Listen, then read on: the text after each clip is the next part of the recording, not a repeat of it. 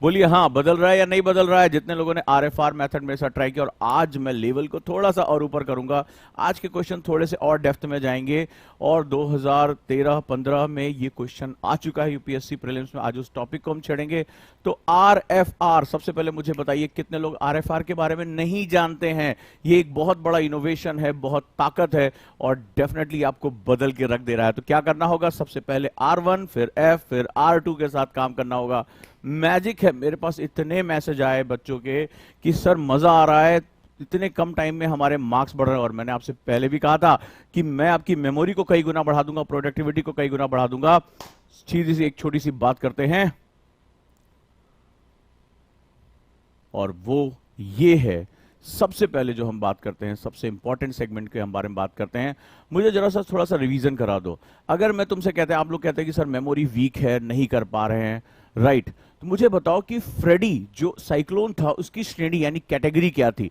जरा देखें, 3 दिन हो गए पढ़ाए हुए, आप तो भूल गए होंगे, आप तो बड़ी तेजी से भूल जाते हैं। मैंने कहा ना, ये मेथड ऐसा है जो सब कुछ बदल के रख देगा, राइट। और जो लोग आरएफआर के बारे में नहीं जानते उनको थोड़ी देर में बताने जा रहा हूं, और वो ये है कि किस तरह से चीजें और जो लोग यहां हैं आज अपने आप को बदलता हुआ देखेंगे। सबसे पहले मुझे बताओ, फ्रेडी जो साइक्लोन था वो किस श्रेणी का था? नंबर 1, ये बिल्कुल सही आरती, अभय और अनुराग, क्या बात है, क्या बात है, क्या बात है। अच्छा, जो साइक्लोन फ्रेडी था वो किसके नाम पर बनाया गया, किसके नाम पर उसका रखा गया था? एक एक्स्ट्रा ऑर्डिनरी कंडीशन थी, वो किसके नाम पर रखा गया था? जल्दी से मुझे जवाब चाहिए, सभी का तड़ातड़ जवाब चाहिए। देखें जरा, आप भूलते कैसे हो? आरएफआर का जादू दिखाने जा रहा हूं कि सिर्फ पढ़ते नहीं है, प्रोडक्टिविटी कई गुना बढ़ जाती, कई कई गुना। अरे वाह, क्या बात, अरे वाह, क्या बात है। अच्छा, जो साइक्लोन था फ्रेडी, वो भारत के किस हिस्से पे पहले टकराया था? जैसे इस बार विपरजॉय, उसका एक अलग ही मूड था, एक वो अलग हिस्से में आया, लेकिन फ्रेडी भारत के किस हिस्से पे सबसे पहले टकराया? मुझे लगता है भूल गए होगे आप लोग, क्योंकि आप लोगों को तो कहते हैं ना मेमोरी वीक है, भूलने की आदत है, ज्यादा देर याद नहीं रख पाते हैं। तो मुझे जल्दी से बताओ कि भारत के किस हिस्से पर सबसे पहले जो फ्रेडी था वो टकराया था? क्या बात है, अरे वाह मोनिका, अरे क्या बात है, वेरी गुड जूही, वंडरफुल, क्या बात है। अरे तुम लोग भूले क्यों नहीं? क्या बात हो गई?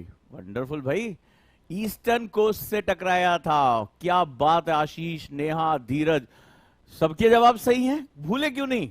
यही है आरएफआर का जादू, मैजिक। मजा आ रहा? अगर मजा आ रहा है तो एक मेरे लिए भी तो थैंक यू बोलते बनता है ना, कि हाँ सर मजा आ रहा है, भूल ही नहीं रहे। आरएफआर हमारे एजुकेशन सिस्टम का हिस्सा नहीं है, ये एक नया इनोवेशन है, एक नई चीज है, एक नई ताकत है। तुम भूल के दिखा दो, तुम भूल के दिखा दो, मैं मान जाऊं, क्योंकि हमें पढ़ने की इस तरह से आदत ही नहीं रहती है, राइट, आदत ही नहीं रहती है। और अब आप देखिए, ये रुद्र ने लिखा सर मजा आ रहा है। आप मुझे बताओ, एक ही क्वेश्चन आप भूले, नहीं भूल रहे हो आप? अच्छा, एक और क्वेश्चन पहली क्लास से पूछता हूं, देखें भूल जाओगे। जो कम्युनिकेबल डिजीज अफ्रीका में है, जो संचारी रोग हैं, वो कौन कौन से हैं? जल्दी से, ओह मैं भूल गया हूं, संचारी रोग, कम्युनिकेबल डिजीजेज जो हैं वो कौन कौन सी हैं? मुझे लग रहा है मुझे याद नहीं है, क्योंकि पहली क्लास थी। अनुराग ने लिखा बवाल है सर, एफआर मेथड, आरएफआर मेथड। क्या रहा होगा, क्या रहा होगा? इतनी छोटी सी इंफॉर्मेशन कौन याद रखेगा? कम्युनिकेबल डिजीज इन अफ्रीका, क्योंकि भारत फोकस अफ्रीका कार्यक्रम में उनको हटाने के लिए काम कर रहा है, हमारे आईआर का पार्ट है। ये देखो, बिल्कुल सही जवाब। क्यों भाई, कैसे हो रहा है ये सब? क्या बात है, क्या बात है। ये है पावर आरएफआर की। आपने मेरे साथ सिर्फ 20-25 मिनट स्पेंड किया, आपके मार्क्स डबल हो गए, आपकी मेमोरी कितने टाइम आ गई? आप सोचो कि 5 दिन पहले पढ़ाई गई चीज अभी तक आप भूले नहीं, और एक बार क्विक पढ़ाया, क्विक, ये भी नहीं कि आपने उसको बैठ के रिवीजन किया, दोबारा किया। अभी जब हम आरएफआर कंप्लीटली करेंगे तो सोच के देखो, जो आरएफआर में 12,000 क्वेश्चन हम कराने जा रहे हैं, वो 12,000 क्वेश्चन, 48,000 स्टेटमेंट आपको कहां से कहां तक पहुंचा देंगे, आप अंदाजा भी नहीं लगा सकते। ये देखिए क्या सही जवाब आ रहा है। मैं कुछ नहीं कर रहा हूं भाई, ये सिर्फ सही तरीका है। आपका जो बाण है वो उसके अंदर एक ताकत है लक्ष्य को भेदने की, बस दिशा सही देने की जरूरत है, और दिशा सही कर ली तो अपने आप सही हो जाएगा। रुद्र ने लिखा, सर बहुत खुशी हो रही है, यही चीज तो हमें, इसी को तो आत्मविश्वास कहते हैं। जब तक आप अंदर से खुश नहीं होंगे तब तक आपके अंदर सेल्फ कॉन्फिडेंस आता ही नहीं है। एक उदास मन में कभी कॉन्फिडेंस नहीं हो सकता, और खुश हम तब होते हैं जब हम उस लक्ष्य को पा लेते हैं जो हम पाना चाहते हैं। जब हम कुछ अचीव करते हैं हमें खुशी होती है, वो चाहे अचीव एक बूढ़े व्यक्ति की मदद करके उसको सड़क क्रॉस कराना हो, हमें अचीवमेंट होता है, फुलफिलमेंट होती है, हम इसी के लिए आए हैं। तो मजेदार है। तो आज आरएफआर के बारे में बता दूं, जो लोग नए आए हैं हमारी टीम में, नए जुड़े हैं, उनको आरएफआर के बारे में छोटी सी एक नॉलेज देते हुए चलते हैं कि ये बहुत बड़ा इनोवेशन है एजुकेशन सिस्टम में, जिसे हम लोग बोलते हैं आरएफआर। यानी हमारे पढ़ने से बिल्कुल उल्टा, हमें बताया जाता है कि ये रहा आपका सिलेबस, ये रही बुक्स, या पढ़िए। लेकिन प्रीलिम्स ने बहुत ज्यादा हमें धोखा दिया है। प्रीलिम्स बहुत कठिन होता चला जा रहा है। हर 100 में से 98.6% बच्चा इस बार रिजेक्ट हुआ है। ये बहुत बड़ा रिजेक्शन रेशियो है। कंपटीशन कई गुना बढ़ गया, 11 लाख बच्चों ने प्रीलिम्स दिया है, राइट। तो ऐसी कंडीशन में इस मेथड से सिलेक्शन नहीं होगा। बहुत से ऐसे बच्चे जिनको अच्छे से पढ़ाया था, चीजें पूरी की थी, ये बहुत ही ज्यादा जो है कॉम्प्लेक्स हो गया है। हमने लंबे समय तक, क्योंकि लगातार मैं, आप जानते हैं करंट अफेयर से मेरी बड़ी कमांड रही है, नए नए इनोवेटिव डॉक्यूमेंट्स पढ़ाना, चाहे योजना, कुरुक्षेत्र, नीति आयोग, ये सब, पीआईबी, लेकिन उसके बावजूद भी क्वेश्चन पकड़ में नहीं आ रहे थे। बहुत ज्यादा टफ क्वेश्चन, और 2023 का जो स्टैंडर्ड था वो बहुत ही ज्यादा, और यही स्टैंडर्ड आगे फॉलो होगा, क्योंकि 2022 में ही उन्होंने ये बता दिया था कि स्टैंडर्ड चेंज होने जा रहे हैं। तो हमने बहुत इनोवेशन करने के बाद आरएफआर मेथड को रखा है, जिसमें रिवर्स स्टडी, फॉरवर्ड स्टडी और रिवर्स स्टडी वापस आएगा। यही मेथड है जिसमें आपका सेगमेंट होगा। जैसे राधे राधे ने लिखा है कि sir RFR please explain again. Explain नहीं करना है, हाथ कंगन को आरसी किया और पढ़े लिखे को फारसी किया। चलिए हम करके देखते हैं। तो रेडी हैं सब लोग? मुझे रेडी लिखिए और एक चार्ट बनाइए जिसमें R1 F R2 इस चार्ट के साथ आ जाइए, और देखिए 30 मिनट के अंदर आपके मार्क्स को मैं कैसे बढ़ा देता हूं। और सबसे बड़ी बात, अब तो आपको ये समझ में आ गया होगा, मार्क्स तो छोड़ो, मेमोरी कई गुना बढ़ रही है। ठीक है, आप कहते हैं कि सर मैं भूल जाता हूं, इंफॉर्मेशन याद नहीं रहती। भूल के दिखा दो, मैं तुमसे अभी नहीं, एक हफ्ते बाद आऊंगा, फिर पूछूंगा फ्रेडी के बारे में, अफ्रीका के बारे में, और आज जो पढ़ा रहा हूं उसके बारे में, और आप बिना संकोच किए यूं जवाब दोगे, यूं। और हम भूल जाते हैं, तभी तो निगेटिव मार्किंग हो जाती है। प्रीलिम्स क्यों नहीं निकलता है? प्रीलिम्स में सबसे बड़ा दुश्मन होता है निगेटिव मार्किंग। निगेटिव मार्किंग आपने हटा दी, आपका सिलेक्शन हो जाएगा। और भाई साहब 48,000 स्टेटमेंट होने जा रहे हैं। 48,000 स्टेटमेंट 1999 के बैच में होने जा रहे हैं। आप अंदाजा लगाइए, क्या 60 क्वेश्चन भी अब नहीं होंगे? और सबसे बड़ी बात है, आप अगर बिगिनर हैं, अभी 2 साल बाद देना, तो आपकी क्लास में आपका जो पढ़ने का तरीका होगा बढ़ जाएगा। आप मुझे अंदाजे से, ईमानदारी से एक स्टेटमेंट दे दो, दिल खोल के मुझे बताओ, क्या आज से 3 दिन पहले आपको फ्रेडी साइक्लोन के बारे में याद भी था कि कभी 2022 में भारत में 3,000 मौतें हुई थी? इस बार तो विपर्जय में गवर्नमेंट ने बहुत मैनेज कर लिया था, लेकिन ये अनएक्सपेक्टेड था, ग्लोबल वार्मिंग की वजह से था और क्लाइमेटिक चेंज की वजह से था। क्या मुझे ईमानदारी से बताओ, क्या आपको इस साइक्लोन के बारे में पता था? करंट अफेयर्स 2022, क्योंकि 2023 के पैटर्न में लगभग 2 से 3 साल का करंट अफेयर्स पूछ रहे हैं। आपको लग रहा होगा साल भर का पूछ रहे हैं। आप मुझे बताओ कि मैंने 20 से 25 मिनट लिया था और आज इस साइक्लोन के बारे में तुम्हें सब कुछ पता है। साइक्लोन की श्रेणी क्या थी, उसका नाम क्या था, कहां आया, कितनी मौतें हुई, इसका रीजन क्या था, किस तरह से उसको मिटिगेट करना है, किस तरह के वर्ल्ड लेवल पे एक्शन लेने हैं। यही तो क्वेश्चन पूछे जाते हैं यूपीएससी में। और क्या होता है, मतलब मैंने एक टॉपिक पे 10 से ज्यादा डायमेंशन क्रिएट कर दिए। इतने कम टाइम में 10 अलग अलग आयाम क्रिएट कर दिए और आपको पता भी नहीं चला। 30 मिनट्स के अंदर आपका एक टॉपिक कंप्लीटली रेडी हो गया। आप अंदाजा लगा के देखो कि क्या आपने कर लिया। एक पर्टिकुलर साइक्लोन पे आपने 10 अलग अलग डायमेंशन क्रिएट कर लिए, आपको पता ही नहीं चला, और ऐसे क्रिएट किए कि आप भूल नहीं पा रहे हो। आपको उसकी कैटेगरी पता है, किसके नाम पे रखा गया, कितना डिजास्टर हुआ, कहां वो आया, सब कुछ आज आपको पता है। कई बार छोटी छोटी इंफॉर्मेशन हमारे दिमाग से स्किप हो जाती है। एग्जाम में बस हमें पता चलता है मेरे नेगेटिव मार्किंग का ही रीजन था। अब आप भूल के तो दिखा दो। जी हां, ये पूरा बैच हिंदी इंग्लिश दोनों में होगा, सामने हाजिर है। रेडी, चले। पूनम ने लिखा है न्यू स्टूडेंट। न्यू स्टूडेंट के लिए तो ये कहते हैं ना ब्रह्मास्त्र है। न्यू स्टूडेंट के लिए तो ये मेथड इतना बड़ा ब्रह्मास्त्र है कि क्लासेस में आपकी कैपेसिटी कई गुना बढ़ जाएगी। टीचर से आके ऐसे ऐसे क्वेश्चन पूछोगे, उसको भी माथे पसीना आ जाएगा, यार इस स्टूडेंट को इतना नॉलेज कैसे है, इतने डायमेंशन के बारे में कैसे जानता है। तो जिनको 2025-26 में देना, उनके लिए तो बहुत बड़ा अमृत है। चलिए रेडी, शुरू करें आज की क्लास। आज थोड़ा सा लेवल थोड़ा ऊपर है।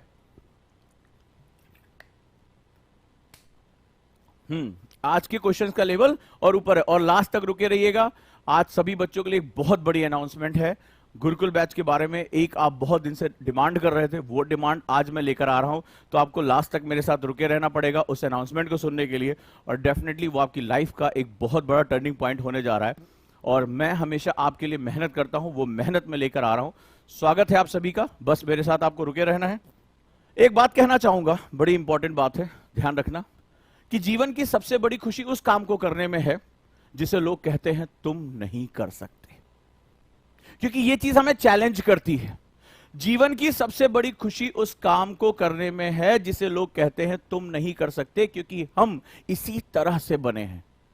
जब लोग कहते हैं तुम नहीं कर सकते, तो वो हम पर डाउट करते हैं, और जब हम खुद पर विश्वास करते हुए उन्हें गलत साबित करते हैं, तो हमारे अंदर एक अथाह ऊर्जा पैदा होती है, क्योंकि हम उसी समय दुनिया को बता सकते हैं कि मैं कर सकता हूं, क्योंकि मेरा व्यक्तित्व ऐसा है। और व्यक्तित्व निर्माण तभी होता है जब दुनिया को आप गलत साबित करते हो, अपने मन का करके दिखाते हो और अपनी चीजों को हासिल करते हो। तो याद रखना, जितने भी लोगों ने तुमसे कहा कि तुम आईएएस नहीं बन सकते, आईपीएस नहीं बन सकते, उनको ये करके दिखा दो, और उसको पाने के लिए जो भी सही तरीके अपनाने हो ना, अपना लेना, जितनी मेहनत करनी हो कर लेना, क्योंकि दिए की रोशनी से पूरा दुनिया रोशन होती है, लेकिन उस बाती को जलना पड़ता है। याद रखना, रोशनी तो सबको अच्छी लगती है, लेकिन उस बाती की जलन पूछो जो जलकर दुनिया को रोशनी दे रही है। तो अगर तुम अपने सपनों को पाना चाहते हो, दुनिया को गलत साबित करना चाहते हो, तो खुद को जलाना सीख लो, खुद को उस जलन में डालना सीख लो, क्योंकि अगर वो जलाना खुद को नहीं सीख पाओगे तो दुनिया को रोशन नहीं कर पाओगे। मेरी बात याद रखना,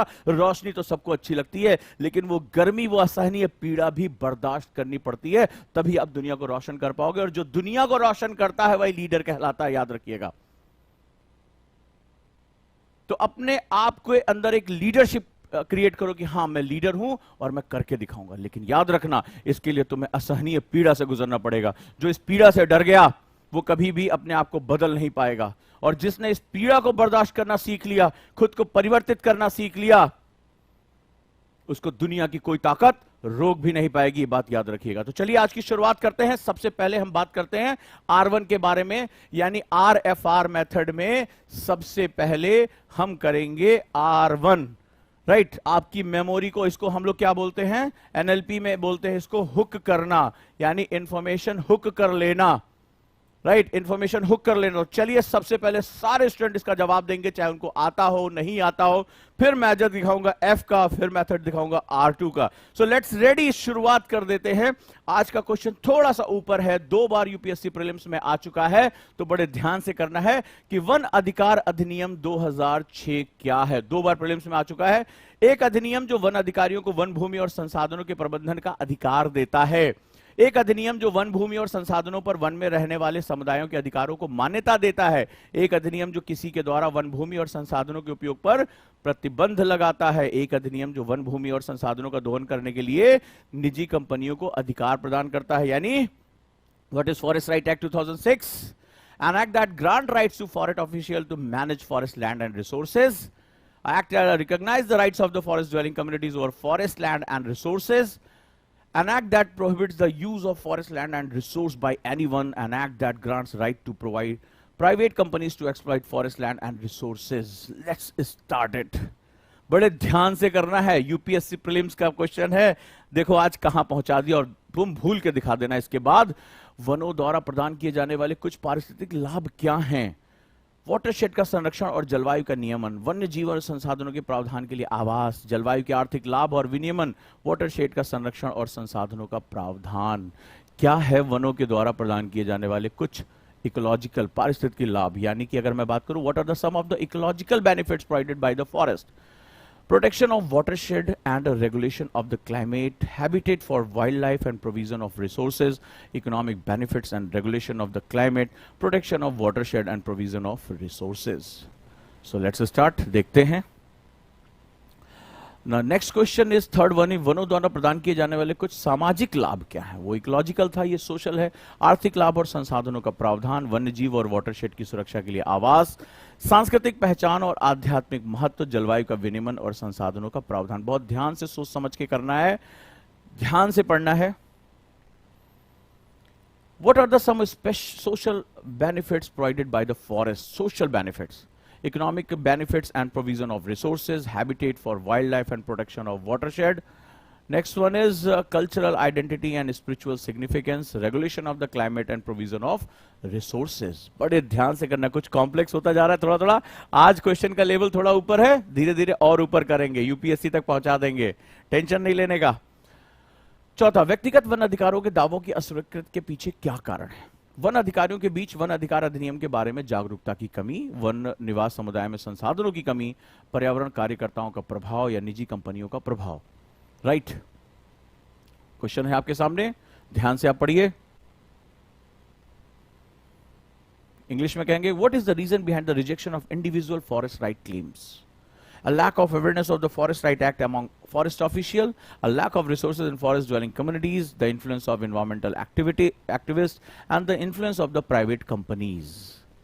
Right? क्या है सही आंसर? Let's start. So हमारा ये बैच हिंदी इंग्लिश दोनों में रहेगा। इमरान अंसारी ने लिखा ये बैच पढ़ाया जाएगा, ये बैच ऐसे ही चलेगा, कोई बेसिक नहीं है। हम आरएफ में क्वेश्चन करेंगे, ये क्वेश्चन आंसर बेस्ड है, ये क्लास की रेगुलर टीचिंग नहीं है। ये स्टूडेंट वही है जो बेसिकली पढ़ने में एफ मेथड का भी, ये लगता है नए आए हैं, इनको यही समझ में नहीं आ रहा कि आरएफआर क्या होता है। राइट, तो आरएफआर क्या होता है ये उनको आता ही नहीं है। चलिए नेक्स्ट, वन अधिकार अधिनियम द्वारा किन अधिकारों को मान्यता दी गई है? वन भूमि और संसाधनों का दोहन करने के लिए निजी कंपनियों के अधिकार, वन में रहने वाले समुदायों के वन क्षेत्र में रहने और उपयोग करने का अधिकार, वन भूमि और संसाधनों के प्रबंधन के लिए वन अधिकारियों के अधिकार, और वन भूमि और संसाधनों के उपयोग पर रोक लगाने का सरकार का अधिकार। राइट, तो यहां पर ऐसे ही पढ़ाया जाएगा, पहले क्वेश्चन होंगे, थोड़ा सा उसके बारे में ब्रीफ नॉलेज होगी, फिर दोबारा उसके आपको क्वेश्चन करने हैं और आपको वहां आंसर निकालना है। राइट, तो ये आरएफआर है, ये जो फॉरवर्ड स्टडी मेथड है, ठीक है, वो नहीं समझ पा रहे हैं इसको। डोंट नीड टू राइट, यहां आंसर दो यार।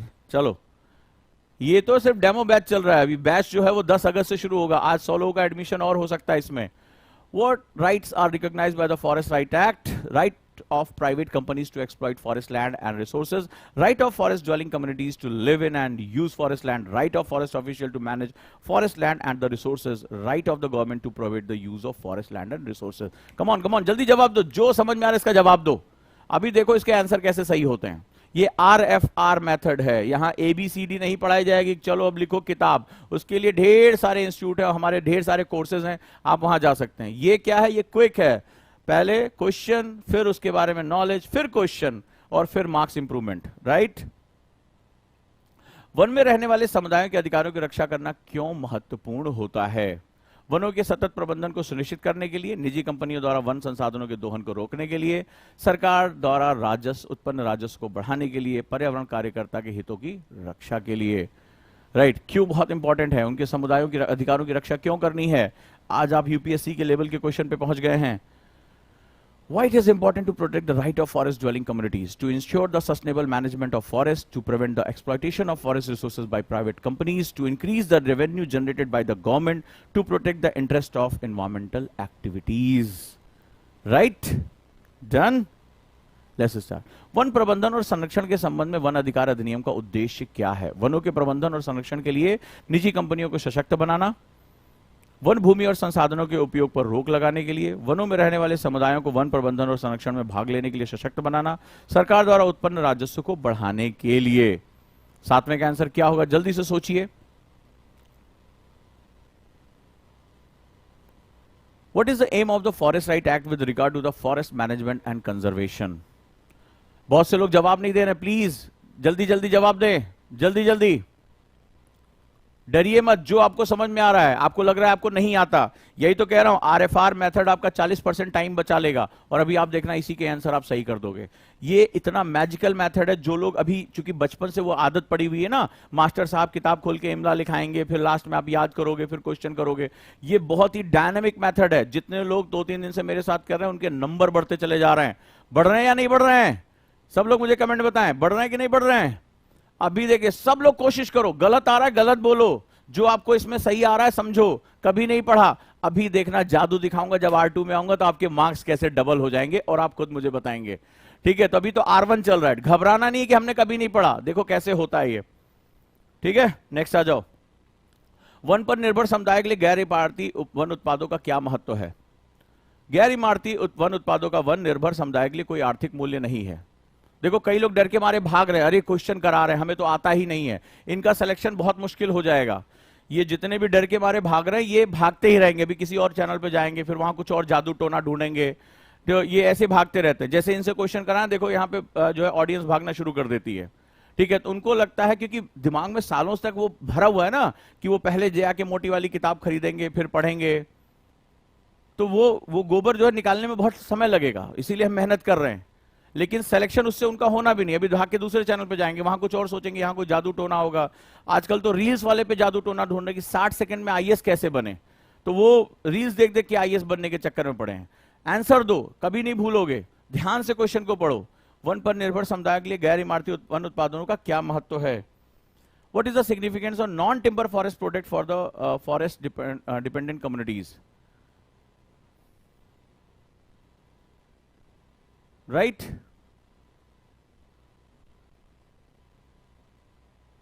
Wonderful. वन अधिकार अधिनियम के तहत वन प्रबंधन और संरक्षण में वन में रहने वाले समुदायों की क्या भूमिका है? चलिए जल्दी से क्वेश्चन करिए।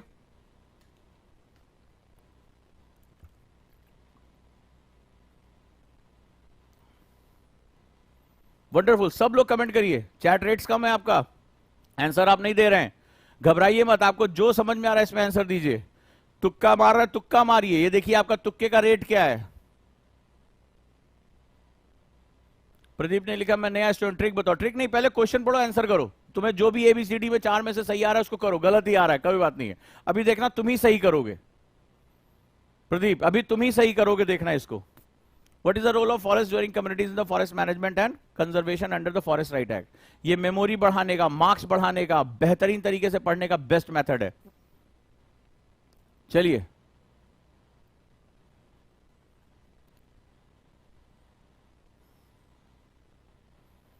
वन अधिकार, 10वां क्वेश्चन है, वन अधिकार अधिनियम के प्रभावी कार्यान्वयन का संभावित प्रभाव क्या है? वन में रहने वाले समुदाय के अधिकारों का संरक्षण और वन पारिस्थितिक तंत्र का संरक्षण। राइट, क्या है, क्या इसके प्रभाव पड़ेंगे, क्या हो सकता है इससे? What is the potential impact of effective implementation of Forest Right? अगर फॉरेस्ट राइट एक्ट को सही तरीके से लागू कर दिया जाए तो उसके क्या प्रभाव होंगे? तो ये हमारा RFR बैच है जो 10 तारीख से 10 अगस्त से लॉन्च हो रहा है मात्र 1999 में। और देखो, रेडी, R1 कंप्लीट हो गया, तो ये आपने किया कंप्लीट R1, आपने 10 क्वेश्चन लगाए, आपने क्या किया, 10 क्वेश्चन लगा लिए। तो ये हमारा था R मेथड। कई लोग छोड़कर भाग गए, अरे बोले अरे बाप रे बाप, पहली क्लास में टेस्ट ले रहे हैं, देखो भागना शुरू कर दिया, 50-60 लोग भाग गए। क्यों भाग गए?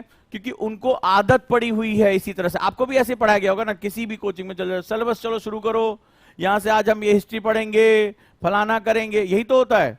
फिर आपको आप भी कहानियां सुनते हैं, मजा आता है, लेकिन वो मजा मजा मजा जब आपको होश आता है, अरे यार मेरे क्वेश्चन नहीं हो रहे हैं, तब तक बहुत देर हो चुकी होती है, साल खत्म होने वाला होता है, 2 महीने बाद एक प्री होता है और आपका मामला साफ हो जाता है। ये पहले दिन से ही आपको RFR सिखाने का तरीका है। तो जो डरपोक, वो तो आज नहीं, उनको तो भागना ही भागना है, वो आज 1, 2, 3, 4 साल भागते रहेंगे, फिर लास्ट में थक कर फिर नौकरी चाकरी ढूंढेंगे, कोई दिक्कत नहीं है। लेकिन अभी हमने क्या किया, R1 किया, रिवर्स स्टडी मेथड, इसको क्या बोलते हैं, RSM, रिवर्स स्टडी मेथड।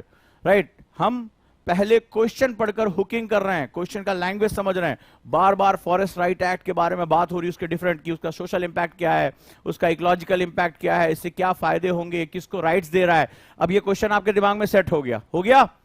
अब क्या करने जा रहे हैं, अब हम F करने जा रहे हैं, यानी कि फॉरवर्ड स्टडी मेथड।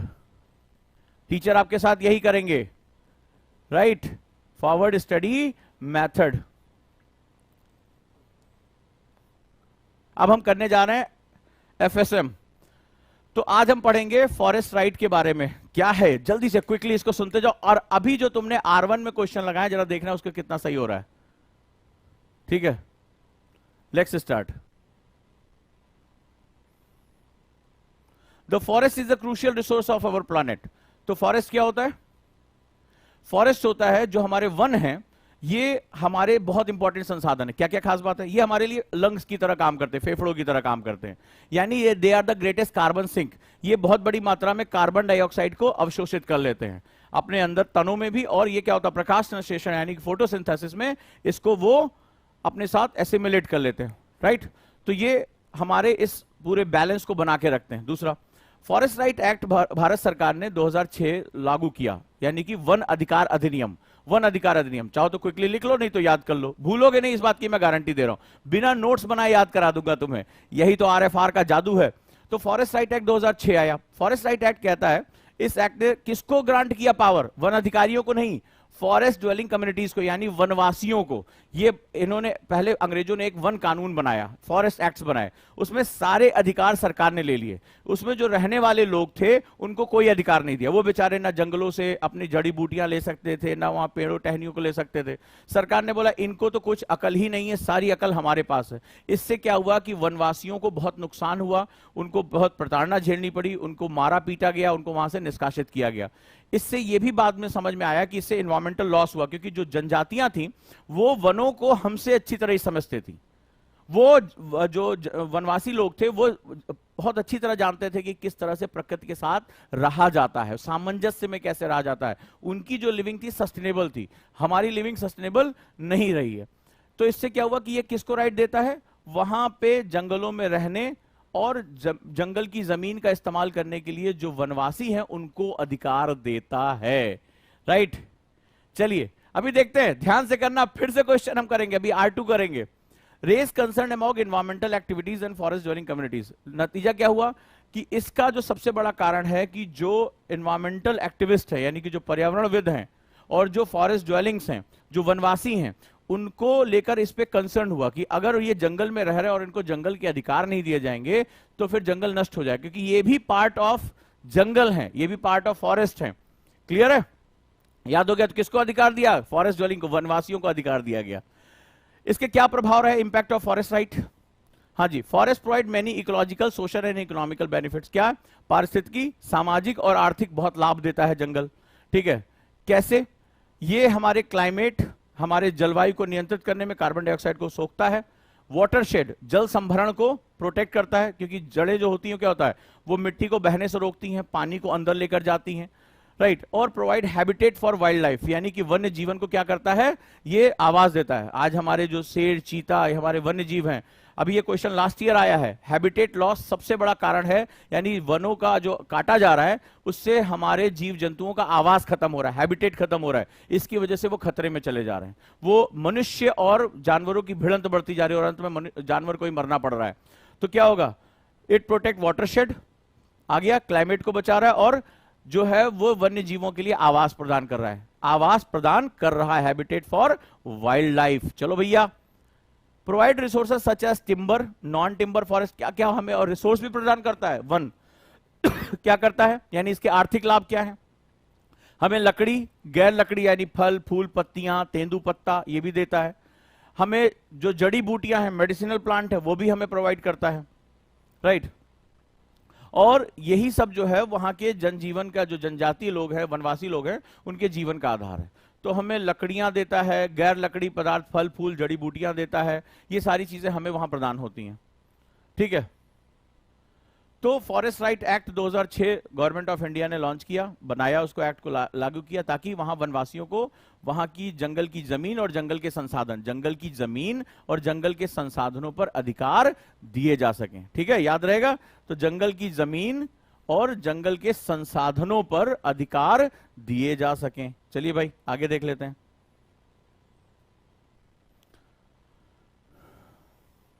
क्या अधिकार देता है? कि जंगल में आप रह सकते हो और वहां से अपना जो है नॉन टिम्बर प्रोडक्ट कलेक्ट कर सकते हो, ठीक है, और अपने आजीविका के लिए वनों पर आश्रित रह सकते हो। अब आपको कोई वन का अधिकारी रोकेगा नहीं, ठीक है, तो ये अधिकार दे देता है।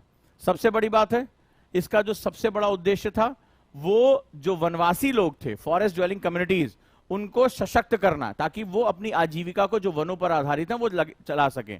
साथ ही साथ जो सबसे बड़ा काम था वो फॉरेस्ट मैनेजमेंट एंड कंजर्वेशन, यानी कि जो वन प्रबंधन और संरक्षण का काम था, कि वनों को, क्योंकि वनवासी लोग बहुत अच्छी तरह जानते हैं, उनको पता होता है ये फल खाना चाहिए, नहीं खाना चाहिए, इस पत्ती से जो है घाव भर जाएगा, इससे नहीं भरेगा, तो वो जन्म से वहीं रह रहे हैं और जहां आप रहते हैं वहां की परिस्थिति के बारे में बहुत अच्छी तरह जानते हैं। तो आगे चलकर पर्यावरणविद को यह पता चला कि भाई अगर जंगल को संरक्षित करना है तो वनवासियों को अधिकार देने होंगे। वो एक बाहर से आए हुए अधिकारी से ज्यादा अच्छी तरह जानते हैं कि जंगल में क्या है और क्या नहीं है, ठीक। चलो नेक्स्ट आ जाओ। अब हुआ क्या कि सरकार ने एक बड़े अच्छे उद्देश्य से इसको लॉन्च किया, लेकिन कॉन्फ्लिक्ट हो गया, यही इस क्वेश्चन का आधार है। तो रिजेक्शन कर दिया इंडिविजुअल फॉरेस्ट राइट क्लेम, कि जो वन अधिकार थे, जो अंग्रेजों का बनाया हुआ फॉरेस्ट एक्ट था, वो कहता है सारे अधिकार किसके पास, उस वन अधिकारी के पास रहेंगे, सरकार के लोगों के पास रहेंगे। अब उनका था कि अगर तुमने तेंदुपत्ता तोड़ा तो तुम्हें जेल में डाल। बहुत से आदिवासियों को प्रताड़ित किया गया, वनवासियों को प्रताड़ित किया गया, मारा पीटा गया। धीरे धीरे आगे देखोगे उन्हीं क्षेत्रों में नक्सलाइट्स जो है वहां पर आ गए थे। तो उन्होंने क्या किया, रिजेक्ट कर दिया, ठीक है। ये रिपोर्ट आई कि वन अधिकारियों ने उन पहले की तरह जैसे वो पीटते थे, मारते थे, या तुम ये लकड़ी नहीं उठा सकते, तुम फल नहीं उठा सकते, उनको पता ही नहीं था कि ये जो फॉरेस्ट राइट एक्ट है वो है क्या। बेसिकली वो अपने उसी माइंडसेट, उसी मैनुअल, अंग्रेजों के जमाने के मैनुअल से चलते चले जा रहे हैं, और जैसे ही किसी वन उसको प्रताड़ित करना शुरू कर दिया, उसको जेल में उठा के डाल दिया, ठीक है। और नतीजा क्या रहा, इसका सबसे बड़ा कारण क्या रहा, जो रिजेक्ट कर दिया उन्होंने वनवासियों के अधिकारियों को, वो था, सबसे बड़ी बात है कि लैक ऑफ अवेयरनेस। उनको मालूम ही नहीं था कि नया कानून क्या आया है, सरकार ने भी उनको प्रशिक्षित करने का काम नहीं किया। दूसरा, वेस्टेड इंटरेस्ट, कि भाई उनको प्रताड़ित करते थे। आप पढ़ोगे, कई किताबें पढ़ोगे तो उसमें मारा पीटा जाता था, उनसे कुछ पैसे लिए जाते थे। वो अगर लकड़ियां अपने घर के खाने के लिए भी इकट्ठा कर रहे हैं तो उनसे उस पर रिश्वत ली जाती थी, ब्राइब होता था। तो ये उनका वेस्टेड इंटरेस्ट था, ठीक है। उनको मारा पीटा जाता था, उनके जो महुआ, तेंदू, इन सब का उपयोग जो है वो उद्योगपति कर लिया करते थे। और अगला है ब्यूरोक्रेटिक हर्डल, जो लोग फीताशाही, जल्दी कानूनों में बदलाव नहीं हो रहा है, प्रशिक्षण नहीं हो रहा है, तो अवेयरनेस की कमी रही है। दूसरा उनका लालच रहा है, और तीसरा ब्यूरोक्रेटिक हर्डल रहा है, जो आपकी लाल फीताशाही रही है, ठीक है। तो नतीजा क्या हुआ कि अगर ये सही से लागू नहीं हुआ तो ये बहुत डर है कि जो वनवासी लोग हैं वो या तो मार्जिनाइज हो जाएंगे, सीमांत हो जाएंगे, उनकी स्थिति बहुत दयनीय हो जाएगी, और वो क्या करेंगे, वो हथियार उठा सकते हैं, अतिवादियों के साथ जुड़ सकते हैं, या उनको अपना क्षेत्र छोड़कर जाना पड़ सकता है। वो वहां से हट जाए तो उससे क्या होगा, गरीबी रेखा के नीचे चले जाएंगे, उनका जीवन बिल्कुल ही मुश्किल होता चला जाएगा। वो शहरों में आके जो है मजदूरी करना, रिक्शा चलाना, इस तरह की बहुत कठिन जीवन जीने के लिए मजबूर हो जाएंगे, राइट। तो ये चीज वहां पर होगी। क्लियर हुआ? आ जाओ, क्या हो सकता है। सबसे पहले तो फॉरेस्ट इकोसिस्टम को बचाने के लिए इस राइट्स का होना बहुत जरूरी है, कि हमें जंगलों को बचाने के लिए जंगल के आदिवासियों पे, हमें वनवासियों पे हमें बहुत ज्यादा बिलीव करना होगा, ठीक है। कैसे हो सकता है, जागरूकता बढ़ानी पड़ेगी, बताना पड़ेगा कि जो वनवासी है वो वन का ही पार्ट है, वो वन का हिस्सा है, और वन का हिस्सा होने की वजह से उनके अंदर वो एक हमारा इकोसिस्टम पार्ट है। वो इसका, जैसे जानवर, जैसे अगर कोई शेर है तो वो अपना शिकार खाए, उसको कोई नहीं रोक सकता क्योंकि वो जंगल का हिस्सा है। तो उन्होंने कहा वनवासी भी जंगल का हिस्सा है, right. The rejection of claim rises concern about the protection of forest dwelling communities rights and conservation of the forest ecosystem. और अगर हमने इसके अधिकारों को नहीं दिया तो उनकी स्थिति खराब होती चली जाएगी, इन्वायरमेंट को हम बचा नहीं पाएंगे, सस्टेनेबल यानी धारणीय प्रैक्टिस को नहीं कर सकते, ठीक है। तो हिंदी में बोल तो रहा हूं, अब कौन सा बोलूं दादा, किस दुनिया से आए हो। अब इससे ज्यादा हिंदी क्या, अभी संस्कृत ही बचा है बोलने के लिए, राइट। तो अब आपने इसके बारे में पढ़ लिया। तो forest right act government of India ने 2000 किसके लिए लागू किया, ये फॉरेस्ट ड्वेलर्स के लिए। रेडी हो R2 के लिए, सभी लोग रेडी हो। क्यों नहीं लागू हो पा रहा है, अवेयरनेस नहीं है, लालच है, या ब्यूरोक्रेटिक हर्डल है। नहीं करोगे तो क्या होगा, जंगलों का संरक्षण नहीं कर पाओगे, और बेचारे जो है वो लोग मार्जिनलाइज हो जाएंगे, सीमांत हो जाएंगे, उनके अधिकारों का हनन होगा, वो गरीबी में जीने को मजबूर हो जाएंगे, राइट। गुरुकुल के बारे में अभी लास्ट में हम जाके अभी अनाउंसमेंट करने जा रहे हैं, बहुत धांसू अनाउंसमेंट करने जा रहे हैं। चलिए, अब हुआ कि हमने एफ कर लिया, यानी कि फॉरवर्ड स्टडी मेथड कर लिया। वापस आते हैं, देखते हैं क्या मस्त चीज होने जा रही है। और अब आपने R1 के अपने मार्क्स देख लिए थे, अब जरा R2 के मार्क्स देखते हैं और आपको जादू दिखाता हूं कि कैसे आप कम से कम समय में अपने मार्क्स को कई गुना बढ़ा सकते हैं। तो लेट्स स्टार्ट। फिर से एक बार ये क्वेश्चन करते हैं, R2 में वन अधिकार अधिनियम 2006 क्या है? फिर से करो, चलो कम ऑन, सबके आंसर आने चाहिए। ये देखो उज्जवल पालसर, प्रीलिम्स में कौन कौन सा बुक है, ये भी ये निकलेंगे ही नहीं उस मानसिकता से। उनको बुक बता दो, बुक बता के आईएएस प्रीलिम्स ये निकाल देंगे। इन्होंने कभी पेपर भी नहीं देखा होगा। लिटरली कह रहे हैं 2022 और 2023 का मेरे रिक्वेस्ट करने पे प्रीलिम्स का पेपर पढ़ लो, फिर मुझसे आके पूछना कि इसमें कौन सी बुक हमें पास कराएगी। जाके पूछ लेना प्लीज, और 2-4 साल बाद फिर आके पूछना। What is the forest right act 2006? अब हो रहा है आंसर, चेंज हो गया, चेंज हो गया कि नहीं हो गया?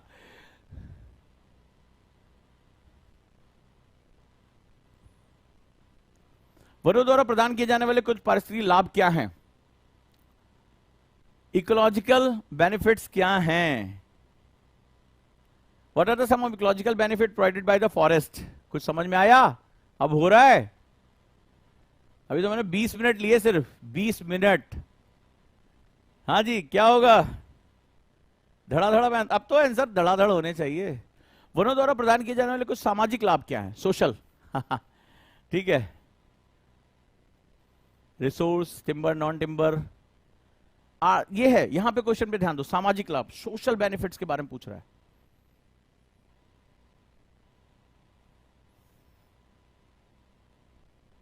व्यक्तिगत वन अधिकारों के दावों की अस्वीकृति के पीछे क्या कारण है कि क्यों फॉरेस्ट राइट एक्ट नहीं एस्टैब्लिश हो पा रहे हैं? है? क्या रीजन हो सकता है? जो rejection of individual forest right claims, क्यों उन बेचारों को उनके अधिकार नहीं मिल रहे? जल्दी बताओ, आप तो भूल के दिखाओ, आप भूल के दिखाओ, देखें जरा, कम ऑन, चलिए बकअप, जल्दी जल्दी आंसर। अब देखते हैं। आज का पेपर थोड़ा टफ था क्योंकि आज प्रीलिम्स के 2 क्वेश्चन इसमें इन्वॉल्व हैं, राइट? प्रीलिम्स के 2 क्वेश्चन इन्वॉल्व हैं इसमें।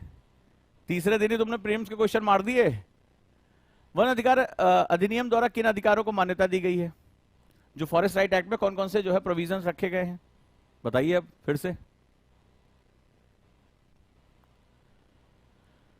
What rights are recognized the Forest Right Act? Right to private companies, right to forest dwelling. हाँ जी, जल्दी आ जाओ, शुरू करो। अब तो क्या बात है, जब मामला बदल गया पूरी की तरह है। वैसे भी ये बैच बहुत सीरियस स्टूडेंट के, जिनको प्रीलिम्स निकालना ही निकालना है, जिनको बकैती करनी है, टाइम पास करना है, माँ बाबूजी को बताना है कि हम प्रीलिम खेल रहे हैं, उनके लिए बैच वैसे भी नहीं है। उनके लिए बैच नहीं है, सावधानी है ये। जो मतलब 12,000 क्वेश्चन लगाने का हिम्मत रखते हैं। वन में रहने वाले समुदाय के अधिकारों की रक्षा करना क्यों महत्वपूर्ण है? बताओ, अगर हम उनके राइट्स को प्रिजर्व नहीं कर पाएंगे तो क्या होगा?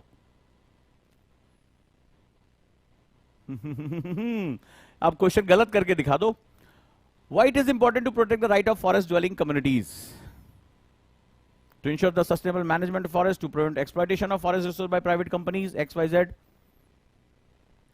वन प्रबंधन और संरक्षण के संबंध में वन अधिकार अधिनियम का उद्देश्य क्या? 7वां, जो फॉरेस्ट राइट एक्ट है उसका बेसिकली पर्पस क्या है?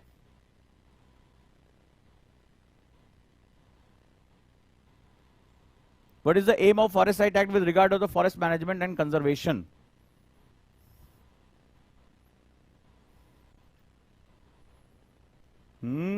सभी लोग जोश के साथ, कुछ मजा आ रहा है, कुछ मजा आ रहा है। डरपोकों के लिए क्लास नहीं है। जिनको ये लगता है कि वो 2-4 किताब का नाम पूछ के और आईएएस बन जाएंगे, उनके लिए बैच नहीं है। ये उनके लिए जिनके दिलों में यूपीएससी बसता है, जो कहते हैं कि हाँ भाई इससे हमारा फायदा हो रहा है। 8वां, वनों पर निर्भर समुदाय के लिए गैर इमारती वन उत्पादों का क्या महत्व है?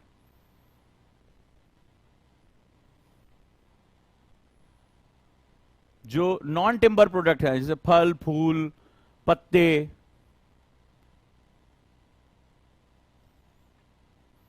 What is the significance of non timber forest product for the forest dependent communities?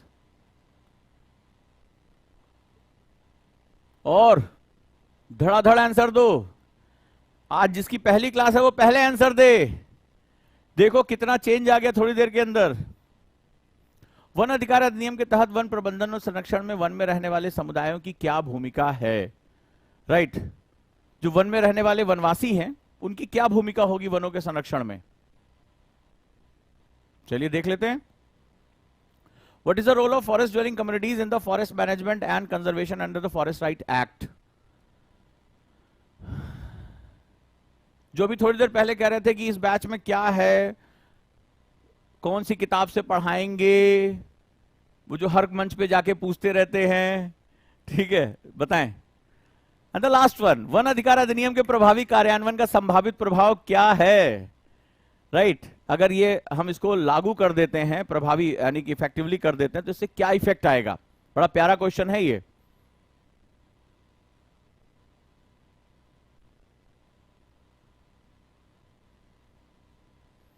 What is the potential impact of effective implementation of the Forest Right Act?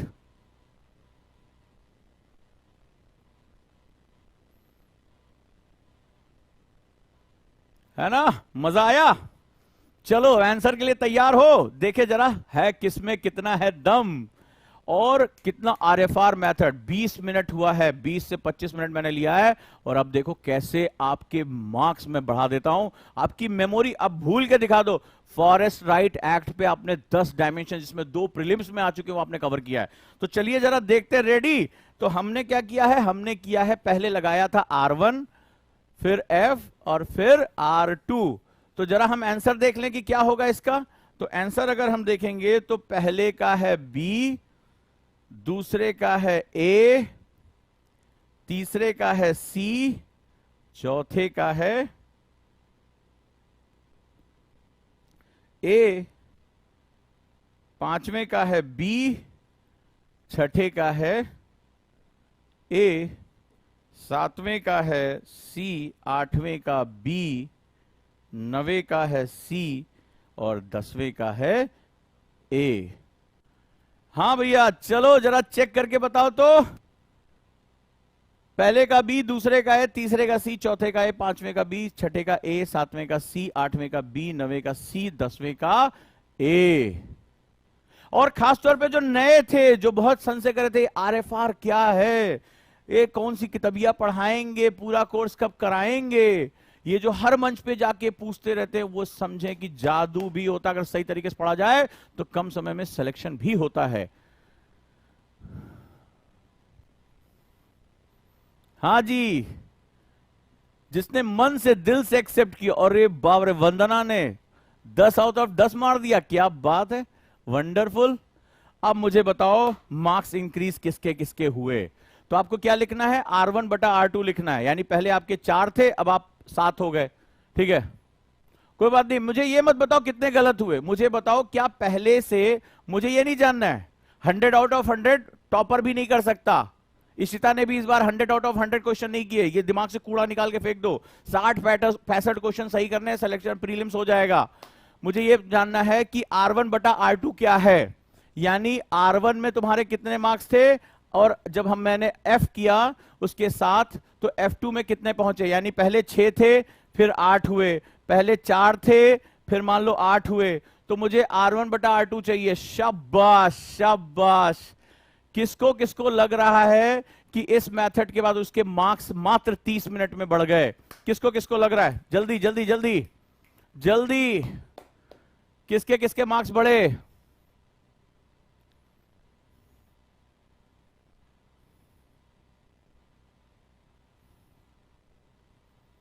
किसके किसके मार्क्स इंक्रीज हो गए? जल्दी से बताओ। सब लोग कमेंट करें, मुझे सबके कमेंट चाहिए, तभी मुझे हिम्मत लगेगी ना कि सब लोग मुझे कम से कम एक थैंक यू तो बनता है यार।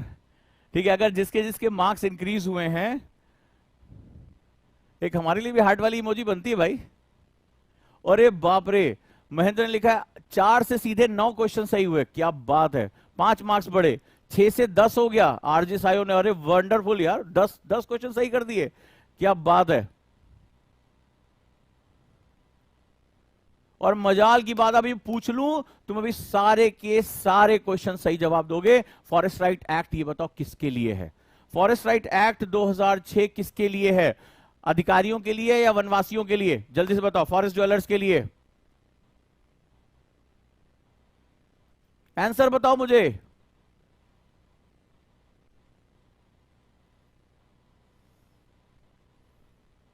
नंबर बढ़े, क्या बात है, थैंक यू सो मच। आप लोग जो ये मैसेज करते हो, यस सर इंक्रीज हुए, मजा आ गया, बस वो मुझे सबसे बड़ी ताकत मिलती है, उससे बहुत ताकत मिलती है। इनोवेशन करने के लिए बड़ी हिम्मत चाहिए होती है। लीक से हटकर पूरी दुनिया पढ़ा रही है, लो ये सिलेबस ले लो, ये किताब ले लो, ये पढ़ लो, और लास्ट में जाकर 20-25 क्वेश्चन लगा लेना, 100 क्वेश्चन लगा लेना, आईएएस बन जाओगे। बच्चे के पास कुछ विकल्प नहीं बचता है, लास्ट में पहुंचता है, पता चला उसको लगता है 2-3 महीने में मेरा कुछ होने वाला नहीं है, उसका सारा का सारा साल बर्बाद हो जाता है। 98.6 यानी 100 में से 98.6 बच्चे का प्रीलिम्स नहीं निकलता है। सबसे कठिन स्टेज प्रीलिम्स हो गई है। क्या आप गुरुकुल बैच ऑनलाइन चाहते हैं, वो भी आधी फीस में? अगर हां तो मेरी टीम यहां पर फॉर्म शेयर कर रही है। देखिए, क्लास में आने का तो कोई विकल्प नहीं है, क्लास में तो एक अलग ही लेवल है। अब तो हम हॉस्टल में भी मेंटरशिप प्रोवाइड करने जा रहे हैं, यानी आपका सोना जागना भी हमारे साथ कंट्रोल में है। लेकिन क्या आप गुरुकुल बैच ऑनलाइन चाहते हैं? यस अगर चाहते हैं तो गुरुकुल ऑनलाइन आप फॉर्म में भर दें। राइट, हम ये जानना चाहते हैं कि कितने बच्चे इसके साथ जुड़ना चाहते हैं। कई बच्चों ने मुझसे कहा कि हम किसी कारण की वजह से नहीं आ पा रहे हैं, लेकिन फिर यहां पर आपको मेरे साथ काउंसलिंग में जुड़ना पड़ेगा, मुझे एक वादा देना पड़ेगा, क्योंकि गुरुकुल में जैसे आप जानते हैं संकल्प उठाना पड़ता है गुरु के सामने कि जैसा आप कहेंगे हम वैसा करेंगे, और उसके बाद फिर चारा नहीं बचता है। जैसा हम शेड्यूल देंगे, जो आपको पसंद है ना पसंद है, वो हम सारा चीज करते हैं। अगर आप गुरुकुल बैच ऑनलाइन चाहते हैं, वो भी आधी फीस में, तो आप यहां पर भर सकते हैं फॉर्म, जहां पर मेरी टीम दे रही है। उसको लिखना है यस गुरुकुल ऑनलाइन, आपको वहां पर भरना है। और अगर जितनी बड़ी संख्या में बच्चे इसके साथ जुड़ेंगे तो हम एक बहुत ही यूनिक बैच लॉन्च करेंगे। राइट दोस्तों, और जो लोग आना चाहते हैं गुरुकुल में, वो कई लोग मुझसे कह रहे हैं कि 3rd बैच भी लॉन्च करिए, तो हम उसको प्लान कर रहे हैं, क्योंकि गुरुकुल में बड़ी जिम्मेदारियां होती हैं। आप ये अंदाजा लगाइए, 13 से 15 घंटे का जो शेड्यूल मेंटेन कराना, बहुत बड़ी टीम लगी हुई है, और अलग अलग डायरेक्शन के लोग आते हैं, अलग अलग माइंडसेट के लोग आते हैं, बहुत ज्यादा चीजें हम उनकी चेंज कर रहे हैं। तो स्वागत करता हूं आप सभी का। अगर आप गुरुकुल बैच को ऑनलाइन चाहते हैं, ये एक सर्वे है, तो आप यहां पर दिया गया फॉर्म भर सकते हैं, गुरुकुल ऑनलाइन लिख सकते हैं। राइट, और ये आधी फीस में होगा जो अभी गुरुकुल की फीस है, उससे भी कम फीस में, या शायद आपकी एक्सपेक्टेशन से और कम फीस पे हो। लेकिन हमें यह जानना है कि क्या आप इसके इच्छुक हैं, क्योंकि कई बच्चे मुझसे इसके कह चुके हैं कि सर गुरुकुल ऑनलाइन लेकर आइए, लेकिन इसके लिए हमें कुछ ऐसे सॉफ्टवेयर की जरूरत थी, ऐसे इकोसिस्टम की जरूरत थी। वो आप लोगों के प्यार और सहयोग की वजह से लगातार मैं 1.5-2 महीने से जो मेहनत कर रहा था, उसमें मैं सक्सेसफुल हो गया हूं, और उसी वजह से मैंने ऐसे अद्वितीय, ऐसे अद्भुत सॉफ्टवेयर डेवलप किए हैं जो अब आपकी मॉनिटरिंग में आपको बहुत हेल्प करने जा रहे हैं। तो अगर आप लोग गुरुकुल ऑनलाइन चाहते हैं, वो भी मात्र आधी फीस में जो गुरुकुल की है, या उससे भी कम, तो आप लोग फॉर्म जरूर भर दें